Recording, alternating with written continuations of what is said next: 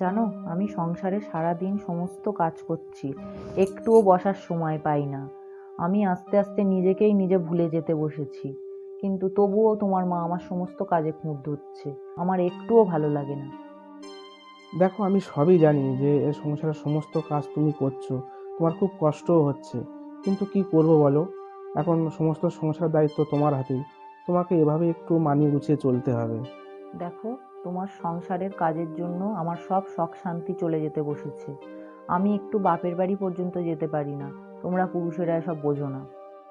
এরকম বলো না প্লিজ, আমি সব বুঝি, কিন্তু কি করব তুমি জানো তো, আমিও তো পরের কাজে যাই, আমি বাড়ি থাকতে পারি না ঠিকঠাক, যে তোমার হাতে একটু তোমাকে সাহায্য করব।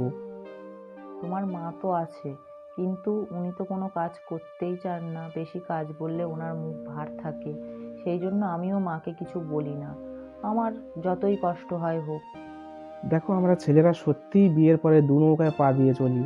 যদি একটু মাকে বলতে যাই, মা তখন রেগে মেগে বলে ওঠে, বিয়ের পর তুই বউয়ের গোলাম হয়ে গেছিস, বউয়ের কথায় উঠছিস বসছিস। আবার যদি একটু বউকে বলতে যাই, বউও বলে তুমি মায়ের কথা সবসময় ওঠো বসো, মায়ের কথা শোনো। কারণ তুমি বলো, আমি কি করব এখন? সত্যিই বন্ধুরা, পুরুষ মানুষকে দু নৌকায় পা দিয়েই চলতে হয়। কারণ তারা বউকেও কিছু বলতে পারে না, মাকেও কিছু বলতে পারে না। তাদের দুজনকে নিয়েই ব্যালেন্স করে চলতে হয়।